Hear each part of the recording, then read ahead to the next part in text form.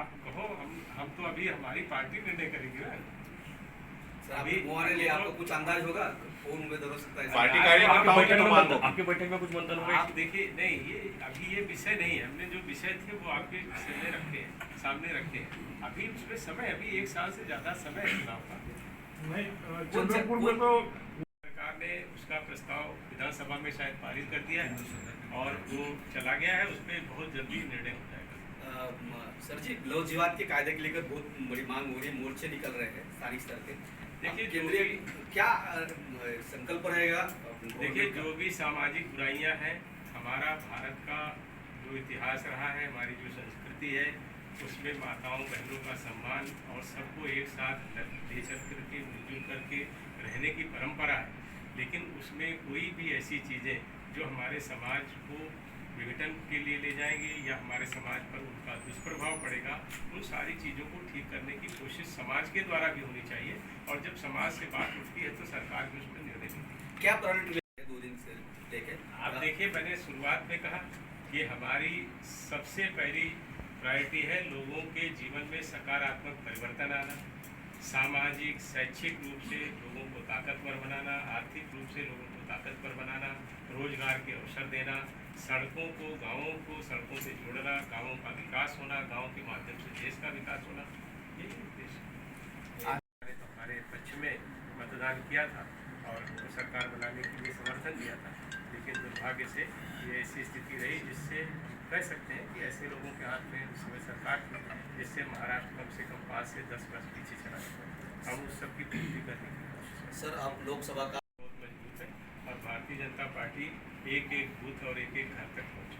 आपने भाजपा का जो मिशन 45 है उसमें उस्मानाबाद चुनाव क्षेत्र आता है क्या? तो मिशन 45 में 48 तो स्वाभाविक रूप से उस्मानाबाद भी आता है। तो अलायंस किसी के साथ होगा? शिंदे गुट जो है यहाँ का, शिवसेना का, एनडीए ही चुनाव लड़ेगी, इसके अलावा सर उम्मीदवार कौन है अभी तक कुछ बात हो गई सर? उम्मीदवार के लिए चर्चा हो गई? उम्मीदवार के लिए नाम पे कोई चर्चा हो गई? जैसे कि पिछले उम्मीदवार राणा पाटिल जी थे, आप एक कोई चर्चा साल हो से गई? अधिक चुनाव में समय है और भारतीय जनता पार्टी दुनिया का सबसे बड़ा राजनीतिक दल है और वो इसलिए है क्योंकि हमारे यहाँ लोकतांत्रिक परंपराएं हैं। लोकतांत्रिक परंपरा से समय आने पर हम प्रत्याशी का चुनाव करेंगे और ऐसा चुनाव जरूर करेंगे जिसमें आप कमल के फूल पर ही बटन दबाओगे।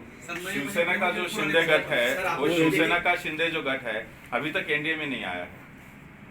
तो ये अब जब हम एक साथ सरकार चला रहे हैं तो वो नहीं आया तो पाले पर होगा, आ जाएगा। सर आपने धोखे की बात की, अभी आप बात करते हैं धोखे की बात कर रहे जी हैं। जी, धोखा किस तरफ से मिला है और उसका प्रयास क्या रहेगा आपका? कि इसका उसको आप निर्णय करो। धोखा किस तरफ से मिला ये तो आप भी निर्णय कर सकते हो।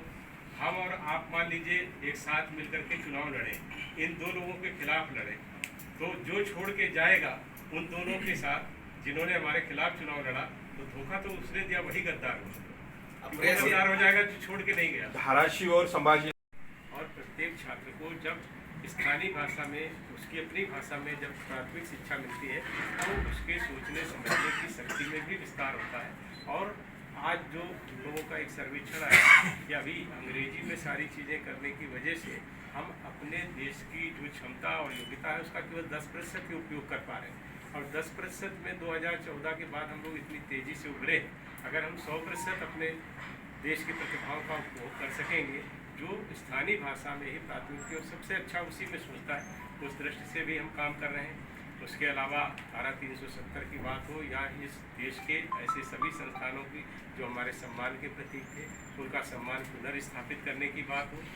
इसके अलावा देश की सीमाओं की सुरक्षा, दुनिया के देशों से अच्छे संबंध बनाना, उन सब दृष्टि से भारतीय जनता पार्टी की सरकार लगातार काम कर रही है। उन सब कामों को लेकर के आज लोकसभा प्रवास के दौरान मेरी अपने कार्यकर्ताओं से बात हुई, संगठन के क्षेत्र में भी बात हुई और लोगों तक ये सारी बातें पहुँचे। जिस तरह से सरकार काम कर रही है उसका उपयोग लोगों के जीवन में सकारात्मक परिवर्तन लाने में हो, इस दृष्टि से ये यात्रा है और इसमें हम लोगों का बहुत सारी संभावनाएँ हैं। लेकिन ये हमारे इस क्षेत्र का दुर्भाग्य है कि पिछले जो 2.5-3 साल का समय विधानसभा चुनाव के बाद रहा तो केंद्र की सरकारों का पूरा लाभ यहाँ पर नहीं आ पाया। तो अभी जो एक हमारा विषय है जो हमारे विधायक जी ने उस विषय को रखा, जिलाध्यक्ष जी ने भी रखा, मातुलजा भवानी के जो मंदिर कॉरिडोर है उसका भी एक विस्तार और विकास हो। दूसरा, रेलवे लाइन वो हमारी मंजूर हो गई है, उसके लिए इस बजट में हम उसको ला करके उस काम को प्रारंभ कर सकें। सड़कों का जाल बिछे, प्रधानमंत्री ग्रामीण सड़क के माध्यम से हम गाँवों को मुख्य सड़कों से जोड़ सकें। ये सारे विषय हमारे हैं। और उसके साथ साथ सोलर पावर के लिए ये क्षेत्र एक बहुत अच्छा है। इंडस्ट्रियों की स्थापना यहाँ पर हो सकती है। ऐसे बहुत सारे काम हमारे जनप्रतिनिधि। लोकसभा प्रवास का कार्यक्रम भारतीय जनता पार्टी की हमारी केंद्रीय समिति के नेतृत्व में हो रहा है। उसी क्रम में आज धाराशिव लोकसभा में आने का मुझे अवसर मिला और इस दौरान मैं कल आया। उसके बाद पार्टी के संगठन की कुछ बैठकें हुई।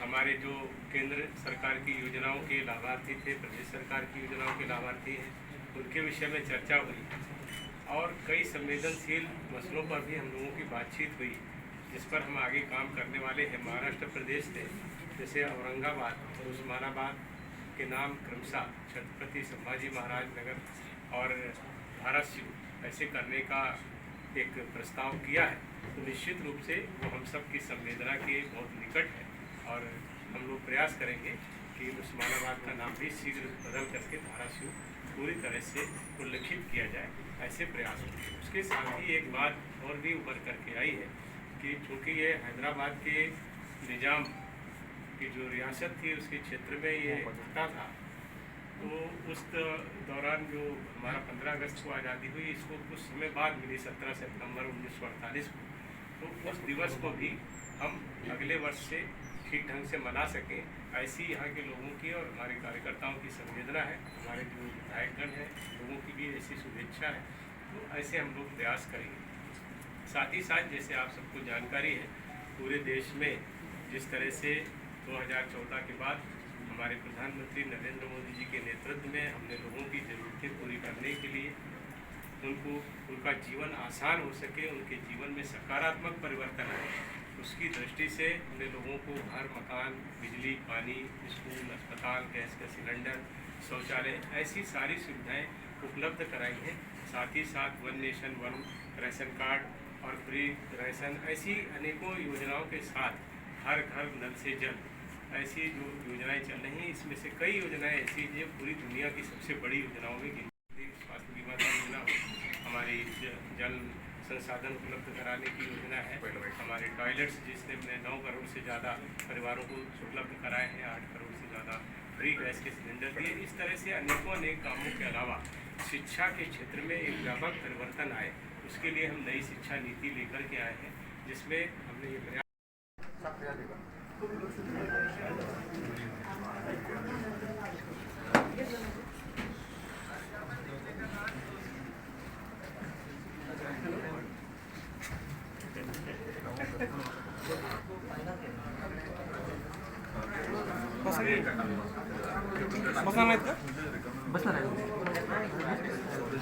काम चल रहा है, क्योंकि इस समय हम लोग बैठक नहीं कर सकते सरकारी काम। जब मैं दोबारा आऊँगा तो हम लोग उसकी समीक्षा करेंगे। आने वाले चुनाव विधानसभा के, लोकसभा के, बीजेपी के सारे क्या टारगेट मान के चल रही है, कितना माइंडेड मान के चल रही है बीजेपी कि इतना आना चाहिए लोकसभा और विधानसभा? देखो, ऐसे बीजेपी ने पिछली बार कितनी सीट पे लड़ा था? हमने कितना सीट लड़ा? नहीं, 150 से कम लड़ा। 150 से 145 में 106 लाए, 145 में 106 लाए, तो आप स्ट्राइक रेट देख लो, लगभग 70%। उससे अब बढ़ा है। अब हमारा जनाधार जुड़ रहा, तो आप मान लो 80% तो आ ही जाएगा। 80% का मान लीजिए 160 और 8 से 64, 70 वो जोड़ 230 के करीब आ जाएगा। लोकसभा क्या मांग? 48। तो उस्मानाबाद जिले में भेदभाव हम नहीं करते। हमारे यहाँ महिला कार्यकर्ता भी पूरी ताकत से काम करती है पार्टी के लिए, और जो भी सुयोग्य उम्मीदवार होता है उसको हम करते हैं। अच्छा, राहुल गांधी जी की भारत जोड़ो यात्रा चल रही है, हर राज्य में उनको सपोर्ट अच्छा मिल रहा है। अभी आने वाले 2024 में, नहीं, मेरा सवाल पूरा नहीं हुआ। 2024 के इलेक्शन में इसका क्या असर होगा क्या बीजेपी के? देखिए, राहुल गांधी की अगर आपने भारत जोड़ो यात्रा को कवर किया होगा तो आपने देखा होगा कि उनके साथ करीब 100 के करीब वो चलते हैं बस टाइप की, तो 100 में कितने आदमी बैठ जाएंगे, आप अंदाजा लगा लो। तो करीब 10-10 आदमी बैठे, 1000-2000 आदमी लेके चलते हैं, और इससे ज़्यादा कभी उनकी यात्रा में आदमी हुए नहीं। जहाँ कहीं कांग्रेस का राज्य है, जहाँ पर उनका प्रभाव था, वहाँ थोड़े बहुत 1000 के 1500 हो जाते हैं, बाकी जगह वही 1000 रहते हैं, 100-200 लोग जुड़ते हैं, तब तो उसका कोई प्रभाव नहीं होने वाला है। उन्होंने कोई ऐसी नई बात नहीं की है। पहले भी वो वीर सावरकर को गाली देते थे, आज भी वीर सावरकर को गाली दे रहे हैं। उन्होंने देश के लिए कोई ऐसी योजना, कोई ऐसी बात नहीं, उसका कोई चल रहा है। विपक्ष तो क्या क्या मांग करता है उसका हमारा विषय नहीं है। अभी इस तरह का कोई प्रस्ताव नहीं। क्या महाराष्ट्र से मुंबई अलग होने का कुछ? अब ये स्वतंत्र कहाँ से ऐसी बातें ले आते हैं, इनका कोई भी मतलब नहीं है। अच्छा, राहुल गांधी जी की भारत जोड़ो छोटे प्रदेशों का तो पॉलिसी सेंट्रल गवर्नमेंट का है ना, छोटे स्टेट का पॉलिसी सेंट्रल गवर्नमेंट का ही है ना। नहीं तो वो अभी तो ये दोनों स्टेट है, पूरे स्टेट है, ये भी छोटे स्टेट का, ये तो बड़े बड़े स्टेट है। उत्तर प्रदेश के बाद सबसे ज़्यादा कंस्टिट्यूंसी लोकसभा की महाराष्ट्र में, जो 48 सीटें हैं, होता है कि फसल बीमा के लिए प्रदेश जो है वो एक नोडल एजेंसी को नियुक्त करते हैं। वो नोडल एजेंसी बीमा करती है, और उसके बाद उसमें जिस तरह का होता है वो आकलन करके फसल बीमा का जो मुआवजा होता है वो देती है। आपके विधायक जी ने उसके लिए काफ़ी प्रयास किया है, और सुप्रीम कोर्ट से भी उन्होंने उसमें प्रयास किया है, उसमें पैसा मिल भी गया है, कुछ बाकी है, उसके लिए प्रयास जारी है। महाराष्ट्र कर्नाटक सीमावाद के लिए कौन बढ़ावा दे रहा है, कर्नाटक सरकार या महाराष्ट्र की सरकार या विरोधी पक्ष? उस मामले को हल कर लिया जाएगा। गृह मंत्री जी ने सीधे हस्तक्षेप किया, दोनों मुख्यमंत्रियों के साथ बैठक की, बहुत जल्दी हम लोग उस बात करेंगे। दोनों राज्य के मुख्यमंत्रियों के साथ बैठक होने के बाद भी कर्नाटक सरकार फिर से ये करती है, ठहराव ले लेती है। इस तरह की बातें स्वाभाविक रूप से जब 70 वर्ष से ज़्यादा हो गए, अब ये मामला हल नहीं हो पाया, हमारे सामने तो अभी आया है, उसको बहुत जल्दी हल कर देंगे। विपक्ष दल मांग कर रहा है। नहीं, अब तो 8 साल में ये 3 साल ये खा गए ना। वो कोरोना था, जो योजना थी वो खत्म कर दिया। नहीं वो कोरोना था 3 साल का। नहीं 3 साल का, हाँ वो कोरोना ही समझते।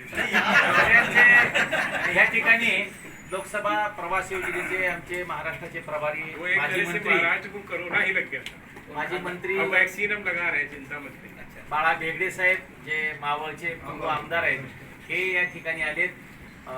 मी सर्व पत्रकार बंधूंची ये संगठन बहुत बड़ा है, पूरी दुनिया में सबसे बड़ा संगठन, बहुत सारे काम है। कुछ चेहरा इनका- तय करने का जब समय आएगा तो तय कर लेंगे। कोई इनकमिंग वाला, बताइए। कोई इनकमिंग वाला है?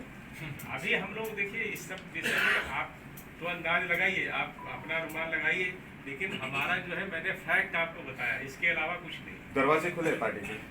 पार्टी में जो लोग इस तरह के होते हैं वो लोग आते हैं, इसको हम लोग मना नहीं कर सकते।